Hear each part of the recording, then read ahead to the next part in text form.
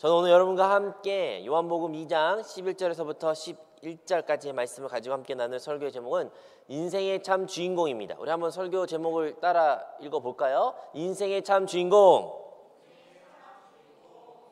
우리가 잘 알고 있는 결혼정보회사 디오라는 곳에서 최근 2년 이내에 결혼한 신혼부부의 1000명 대상으로 남자 500명, 여자 500명 대상으로 설문조사를 했답니다. 설문조사 내용은 다름 아니라 결혼비용 보고서입니다.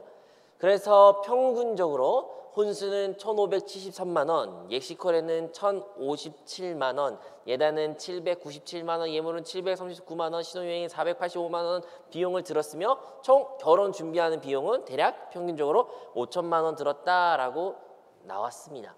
어마어마한 금액이죠. 아마도 모든 결혼한 사람의 평균은 아닐 거예요. 아마도 디오라는 특정한 어떻게 보면 좋은 조건을 만나야 되는 사람들의 설문으로 의하여서 우리가 알고 있는 금액보다 더 많이 나오긴 하였지만 그래도 그러한 사람들이 결혼을 위해서 얼마나 많은 돈을 준비했고 그리고 그것을 위해 투자하는 건지 우리가 알 수가 있습니다. 여러분, 왜 그렇게 많은 돈을 이 결혼식의 그 날짜 하루를 위하여 사람들이 투자하는 것일까요? 그것이 큰 의미가 있고 인생에서 가장 중요한 날이라고 그들이 믿기 때문에 그렇게 많은 돈을 사용하는 것 같습니다. 우리가 잘 알고 있는 연예인들의 수많은 결혼 뉴스를 보게 됩니다. 결혼 뉴스를 보면 어떠한 연예인들은 꽃에 그 결혼식장에 꽃을 채우기 위해서 1,000만 원을 썼더라, 누구는 몇 천만 원 썼더라, 그런 이야기를 심심치 않게 듣습니다. 또는 해외 어떤 유명한 프로 선수, 골프 선수는 어떤 섬을 대여해가지고 비밀리에 가족들이 결혼식을 열렸다, 뭐 이런 이야기도 우리가 익히 알고 있습니다. 아마도 세계를 막론하고 모든 민족에는 이 결혼식이라는 풍습이 있고 이 결혼식에는 아주 큰 의미를 가지곤 합니다. 여러분, 그렇다면 이 결혼식이라는 것이 그렇게 중요하고 그렇게 많은 사람들이 모이고 함께 축하해주고 많은 사람들이 모이고 시간과 정성과 돈을 많이 쓰는 곳인데 그러면 이 결혼식의 주인공은 누구겠습니까? 누구요? 누구는 신랑, 누구는 신부 이렇게 말합니다. 맞습니다. 하지만 제 생각엔 신부인 것 같아요. 신부가 그 결혼식장의 가장 큰 주인공인 것 같습니다. 뭐 누가 됐든 간에 신랑이 말도 맞고요. 신부도 그 결혼식의 주인공일 수도 있습니다. 하지만요, 또 그 결혼식에는 그 신랑과 신부의 부모님도 어찌 보면 주인공입니다. 주인공의 그 부모님. 사실 신랑과 신부는 많은 사람을 초대할지라도 대부분의 초대한 사람들의 대상을 보면 부모님들의 친구들이고 지인들입니다. 그래서 부모님의 잔치인 결혼식이 많습니다. 그래서 부모님들이 어쩌 보면 그 결혼식도 주인공처럼 될 수도 있고요. 또한 그곳에 참여한 모든 하객들도 그것을 진정으로 그 사람을 안다면 진심으로 축하하는 그 마음이라면 그 주인공과 한 마음으로 주인처럼 행복하게 그 결혼식을 보내고는 합니다. 그렇게 행복한 결혼식에 대한 인상을 우리는 상상을 하거나 아니면 여러분 참여하거나 아니면 여러분 결혼식을 했을 것입니다. 우리 인생에 보면 뒤돌아보면 그렇게 행복하고 기쁘고 중요하고 아름다운 순간들이 많이 있습니다. 오늘의 본문에 나왔던 이 가나라는 지역에 있던 결혼식 또한 이렇게 아름답고 많은 사람들이 초대되었던 결혼식이었습니다. 유대 풍습도 우리나라 결혼식과 못지않게 결혼식에 대한 의미를 크게 두었습니다. 그리고 우리나라 같은 경우에는 근래 들어서 현대 결혼식 같은 경우에는 뭐 예식 같은 경우 한 2시간, 1시간, 뭐 짧게는 뭐 몇십 분 만에 예식이 끝난 경우도 있지만 그 당시의 결혼 풍습은 며칠을 그 축제를 벌렸으며 마을 사람들을 모두 초대하고 모든 이들의 잔치요 자랑이었던 것이 그 당시에 있었던 풍습이었습니다. 그래서 예수님도 초대받았습니다. 예수님과 예수님의 제자들과 온 가족이 초대받아 이 가나의 혼인잔치에 참여하게 되었죠. 성경에는 그 주인공이 누군지는 말하지는 않습니다. 하지만 예수님이 그곳에 참여했고 그들과 함께 잔치를 베풀었고 잔치를 참여했다는 것이 기록되어 있습니다. 상상을 해보시죠. 그 당시에는 아마도 먹을 것이 가득했을 것입니다. 맛있는 냄새로 가득한 그 결혼식장, 또한 달콤한 포도주로 가득한 그곳이었습니다. 사람들이 신이나 노래도 흥얼거리고 춤도 추고 축하의 이야기가 서로 오고 가는 그 시끌벅적한 그곳 가운데는 기쁨과 만족과 행복한 모습이 가득했던 곳이었습니다. 누가 가장 행복했을까요? 신랑도 행복하고 신부도 아마도 행복했을 것이고 거기에 있던 부모님도 너무너무 행복할 것이고 그 잔치를 베푸는 주인 또한 아주 행복했을 것입니다. 행복이, 기쁨이, 웃음이 가득한 그곳 가운데 그런데 무슨 일이 일어난 것입니까? 네, 다름 아니라 포도주가 떨어진 일입니다. 여러분, 오늘날 우리가 포도주라고 말하면 너무나도 뭐 와인 아니면 포도주 이렇게 쉽게 생각할 수 있으나 그 당시에 있어서는 포도주는 아주 귀한 것이었습니다. 화폐의 가치로도 사용할 수 있을 만큼 포도주는 그렇게 쉽게 접할 수 있는 음료가 아니었고 또한 포도주를 설사 살 수 있는 여력이 있을지라도 항상 먹을 수 있는 것이 포도주가 아니었던 것입니다. 왜냐하면 포도주는요, 어떠한 기쁨과 만족과 음료를 넘어서 어떠한 의학적인 소독의 역할도 감당했기 때문에 포도주는 아주 귀한 것이었고 그 귀한 것을 이 잔칫날에 베풀었던 일인 것입니다. 그래서 그 결혼식에 포도주가 떨어졌다는 것은 상상할 수 없는 일입니다. 모든 것이 행복하고 모든 것이 웃고 모두 다 기쁨에 가득한 그곳 가운데 포도주가 떨어졌으면 그 모든 것이 실패고 절망이고 불행이고 모든 것이 컴컴한 사망밖에 없는 그런 상황 가운데라는 것을 우리는 알아야 되는 것입니다. 우리의 인생을 돌아봤을 때, 우리의 삶 가운데 돌았을 때 우리도 많은 경우 가운데는 이 포도주가 떨어진 경험을 비슷하게 유사하게 경험하곤 합니다. 우리 삶 가운데는 항상 기쁨과 만족과 행복이 가득했으면 좋겠지만 많은 경우에는 그렇지 못할 때가 있습니다. 우리는 많은 것이 결여를 느끼게 됩니다.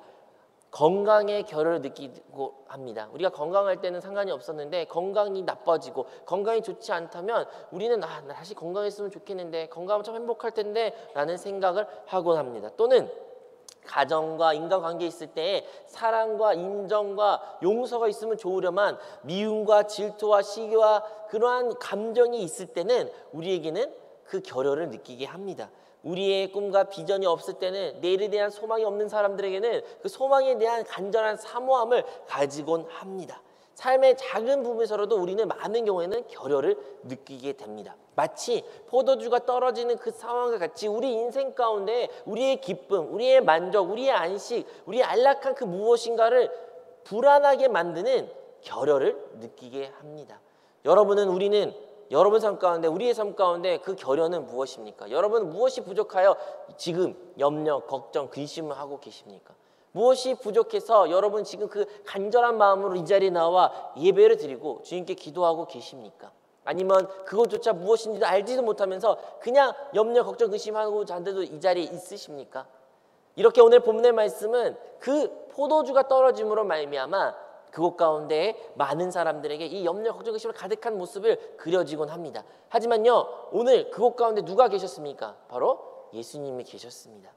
예수님의 어머니께서 예수님에게 그것을 알리고 결국에는 예수님께서 그 제자들의 예수님의 어머니께서 하인들에게 말씀하시기를 예수님의 모든 말을 너희들이 순종하고 따르라 라고 말했을 때 예수님께서 그들에게 말했습니다. 너희들이 저기 돌 항아리에 정결이시기 위해서 준비한 그곳 가운데 물을 가득 채워라.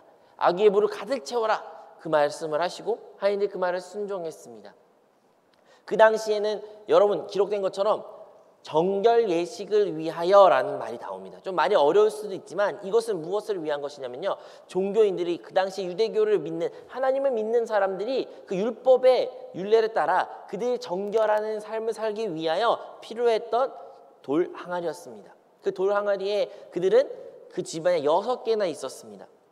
이것을 통해서 알 수 있는 것은 그 가정은 그 집안은 하나님을 아는 사람이었고 율법을 알고 또 그것을 실천으로 삶으로 살았던 사람이다라는 것을 우리가 알 수 있어요.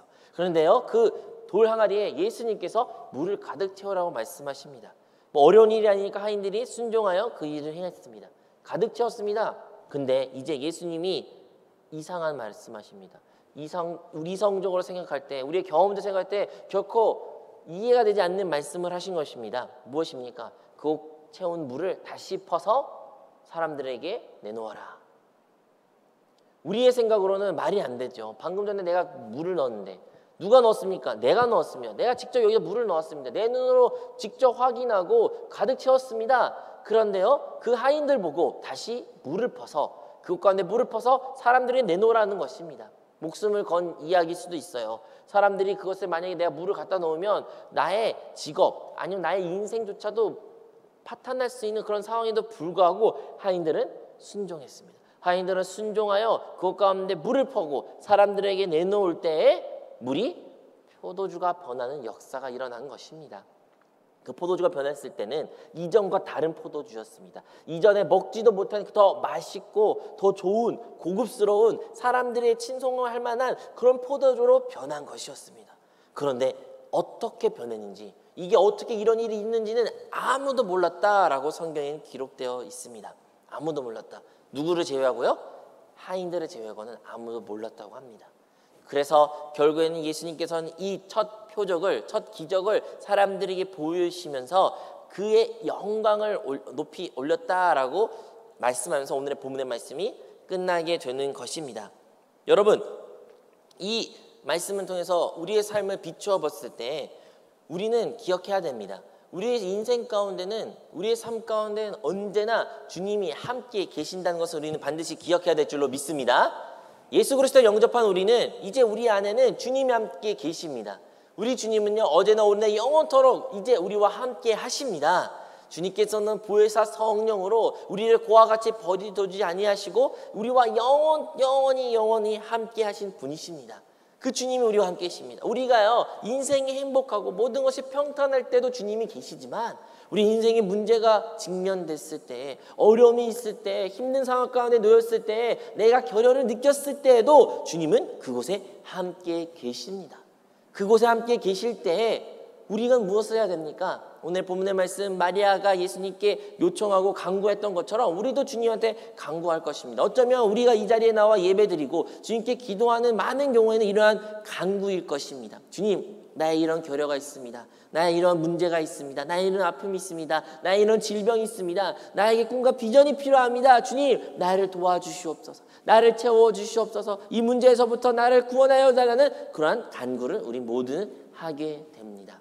그럴 때 어떻게 하면 우리는 그 모든 결여에서부터 응답을 받고 모든 것을 채워지고 다시 기쁨이, 다시 그 만족이 회복할 수 있을까요? 그 결혼식장이 다시 이전보다 더 좋다, 이전보다 더 좋은 기쁨으로 가득했던 그 결혼식장 같은 인생이 우리 가운데 어떻게 적용될 수가 있을까요? 아까 우리가 읽었던 것처럼 바로 주님의 말씀에 순종하는 것입니다. 우리 신앙생활 가운데 기억해야 되는 것은 바로 항상 주님이 우리와 함께 계시는데 주님이 어떠한 신분으로 계신지 우리는 기억해야 됩니다. 처음에는요, 주님이요, 그 결혼식장에 초대되었습니다. 초대되어 손님으로 함께 있었던 것입니다. 주님은 그곳 가운데 함께 계셨지만 주님은 객이었어요. 손님이었어요. 그곳 가운데 어떠한 명령이나 말씀이나 혹시 그런 말씀을 할지라도 아무도 그 말에 귀 기울이지도 않고 관심을 기울이지 않았습니다. 그런데 문제가 발생했을 때, 그곳 가운데 포도주가 떨어졌을 때 비로소 주인이 예수님께 찾아와 도움을 요청하는 것은 넘어 이제 하인들 보고 그 말씀에 순종하라, 그 말씀에 따르라 라고 말을 하는 것입니다. 우리의 삶 가운데 항상 주님이 함께 계십니다. 잘 알잖아요. 잘 알아요. 머리로도 알고 또 체험적으로 우리는 가지고 있습니다. 그런데요, 많은 경우에는 우리의 주님이 이 혼인잔치에 손님으로 오는 것처럼 우리 안에 손님처럼 계시는 경우가 많이 있습니다. 그냥 계시는 것뿐이에요. 계시죠. 하지만 주님, 시간 되시면 나가십시오. 주님, 지금 내 할 일이니까, 내가 해야 되니까, 내가 즐겨야 되고 내가 누려야 되니까 주님은 잠시 계시세요. 우리는 주님을 나의 참된 주인으로 모시는 것이 아닌 하나의 손님처럼, 하나의 한 분의 그냥 계시는 머리에 아는 하나의 지식처럼 그분을 모실 때가 많이 있는 것입니다. 주님은 반드시 우리 안에 계십니다. 그건 부인할 수 없습니다. 하지만 예수님은 우리의 참된 주인으로 계시는 것입니까?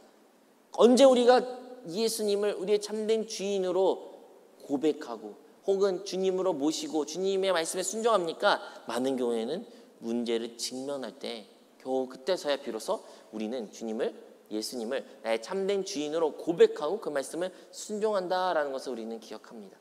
여러분, 여러분 가운데 혹시 문제가 있으십니까? 질병이 있으십니까? 어려움이 있으십니까? 눈물이 있으십니까? 너무 낭만하고 너무 슬퍼하지 마십시오. 왜냐하면 여러분 안에, 우리 안에는 살아계신 주님이 함께 계신 줄로 믿습니다. 그리고 그 주님은 오늘도 말씀하고 계십니다. 그럼 우리가 변해야 될 것은, 우리가 고쳐야 될 태도가 하나가 있다면 그것은 바로 그 주님의 말씀에 순종하는 것입니다. 그것은 어떻게 보면 외적인 행위이지만 본질적으로는 우리 예수님을 나의 참된 주인으로 섬기는 것입니다. 그 잔치의 주인공은 신랑과 신부 혹은 그의 부모님들, 수많은 사람들이 그곳 가운데 본인이 주인공이라 행세하고 생각하고 그것을 즐겼을지 모르지만 하인들은 그곳 가운데 있는 사람들 참된 주인을 누구를 섬겼어야 된 것입니까? 다름 아닌 예수님을 신경 써서 예수의 말씀에 순종해서 기적이 일어났던 것처럼 우리의 인생 가운데 우리가 생각하기로 이 세상의 중심은 나이고 이 세상의 주인공은 나이며 나의 삶은 내가 개척하고 내가 선택하고 내가 행복하고 내가 기쁘면 만족할 것이라고 생각하지만 우리의 인생이 참된 주인공은 다름 아니라 우리 주 예수님이라는 것을 우리는 기억해야 되는 것입니다. 그때 비로소 우리의 그 결여가, 우리의 느꼈던 그 수많은 부족함이, 그 공허함이 채워지는 것입니다. 우리가 그 주님의 말씀에 순종할 때 그 말씀이 처음에는 이성적으로 혹은 우리의 생각과 우리가 기대한 것과 같이 이해되기 때문에 순종하기가 쉬울 수도 있습니다.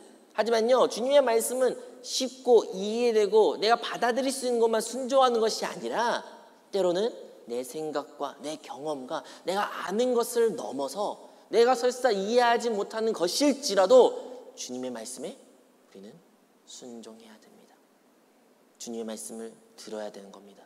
하인들이 그 물을 채우라는 말에는 쉽게 했을지 모르지만 그 물을 채우고 나서 그 물을 손님들 다시 대접하라 할 때 이해하지 못할지라도 그들이 순종할 때 기적을 체험했던 것처럼 우리 인생 가운데 그 기적을 체험하기를 원한다면 주님이 우리에게 말씀하셨을 때 설사 내 생각과 내 경험과 나의 의지와 전혀 상관없는 것일지라도 그 말씀을 여러분이 우리가 순종할 때 주님의 놀라운 기적을 우리 모두가 체험하게 될 줄로 믿습니다. 여러분, 우리 안에 계신 주님의 인도하심에, 주님의 말씀에 주님이 참된 주인이 되실 때 우리가 순종으로 나아가기만 한다면 주님께서는 우리의 그 부족한 모든 것을 이전보다 더 좋은 것으로 채워주십니다. 이전보다 더 좋은 건강으로 우리를 채워주실 것이며 이전에 우리 느끼지 못한 그 사랑으로 우리를 채워줄 것이며 이전에 우리가 알지 못한 주의 은혜라는 것을 우리가 깨달아 주님께 고백하는 시간이 될 것입니다. 이전에 내가 생각했던 꿈과 비전이 잘못된 것을 깨달아 하나님의 꿈과 하나님의 비전을 우리가 품게 될 것이며 그러므로 우리의 삶의 그 작은 부분일지라도 주님께서는 함께 계시고 나의 삶을 인도한다라는 것을 우리는 모두 고백하게 될 줄로 믿습니다. 그런 인생을 살 때 비로소 주의 영광이 나타나게 되는 것입니다. 우리는 교회 신앙생활을 오래 한 사람들은 우리 이 말하기 좋아합니다. 하나님의 영광을 높여드립니다. 주님께 영광을 올려드립니다. 간증마다 항상 엔딩이 그렇게 끝나잖아요. 그래서 우리는 우리 삶이 내가 하는 인생이 나의 기도 제목이 응답된다면 하나님께 영광을 돌립니다. 할렐루야라고 생각합니다. 외적으로 바라봤을 때는 그 기적이 또한 기도의 응답이 영광이라고 우리는 생각하고 있으나 영광은 무엇입니까? 바로 주님이 그들과 함께 있는 것이 곧 영광인 것입니다. 여러분, 우리 삶 가운데 주님의 영광이 어떻게 나타나는 것입니까? 기도가 응답돼서 영광이 나타나요? 아니죠. 주님이 우리와 함께 계심으로 말미암아 그 계심이 우리 삶 가운데 실현된 것을 우리가 체험할 때 그것이 영광이요, 그것이 외적으로 바라봤을 때는 기도에 대한 응답이라는 것을 우리는 기억해야 될 줄로 믿습니다. 여러분, 우리가 오늘 설교해 주신 것처럼 인생의 참된 주인공은 세상은 계속 바뀝니다. 때로는 세상은 국가를 위해서 살아라, 국가가 중요하고 민족이 중요하고 강조한 그런 시대가 분명히 있었습니다. 자유를 강조했던 시대가 있었습니다. 어떠한 이념과 사상이 강조했던 시대도 있었습니다. 그 당시에는요, 그 이념과 사상을 위해서는 자신의 목숨을, 자기의 가족을 버려도 상관없이 그것을 위하여 투쟁적으로 살았던 그런 시대도 있었습니다. 또 시대를 지내보십시오. 이제는 가정을 위해서, 가족의 행복을 위해서, 자녀를 위해서 이러한 사상과 이념과 생각을 가르침이 있었습니다. 근래 들어서는 무엇을 말합니까? 개인의 행복, 개인의 자유, 개인이 누릴 수 있는 것을 먼저 누려라. 다른 이들을 위하여 사는 것이 아니라 나의 정체성을 찾고 내가 원하는 것을, 내가 누릴 수 있는 것을 마음껏 누리며 사는 것이 참된 행복이다라고 알려줍니다.